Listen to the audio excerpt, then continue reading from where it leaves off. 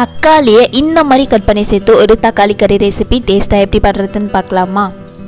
அதுக்கு ஒரு பேனில் 1 டேபிள் ஸ்பூன் வேர்க்கடலை சேர்த்து நல்லா வறுத்துக்கோங்க. இது கூட 1 டேபிள் ஸ்பூன் தனியா, 1 டேபிள் ஸ்பூன் சீரகம், 1 டேபிள் ஸ்பூன் மிளகு சேர்த்து வறுத்துக்கோங்க. அடுத்து பட்டை, கிராம்பு, ஏலக்காய், நட்சத்திரப்பூ இது எல்லாத்தையும் சேர்த்து வறுத்துருக்கேன். 1 டேபிள் ஸ்பூன் பொட்டுக்கல்லையும் சேர்த்து வறுத்துக்கோங்க. இதை எடுத்து ஆற வச்சு மிக்ஸி ஜாரில் சேர்த்துலாம். அதே பேனில் தேங்காயும் சேர்த்து கலர் சேஞ்ச் அளவுக்கு வறுத்துக்கோங்க. இப்போ இந்த தேங்காயும் மிக்ஸி ஜாரில் சேர்த்து தண்ணி விட்டு நல்லா பேஸ்ட்டாக அரைச்சி எடுத்து வந்துடலாம். இப்போ ஒரு பேனில் ஆயில் சேர்த்துட்டு கடுகு சீரகம் போட்டு பொரிஞ்சு விட்டுக்கோங்க. பொரிஞ்சு வந்த உடனே பொடியாக நறுக்கின வெங்காயம், கருவேப்பிலை சேர்த்து நல்லா வதக்கிக்கோங்க.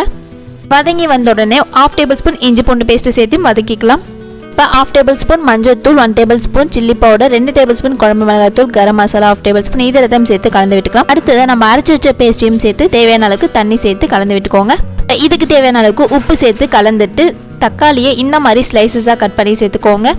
இப்போ இதை ஒரு 5 to 10 மினிட்ஸ் மூடி போட்டு வேக விட்டு எடுத்துக்கலாம். 2 பச்சை மிளகாயை 2 கட் பண்ணி சேர்த்துருக்கேன். லாஸ்ட்டாக கொத்தமல்லி தூவி இறக்கிட்டா நம்ம தக்காளி கறி ரெடி ஆயிடுச்சு.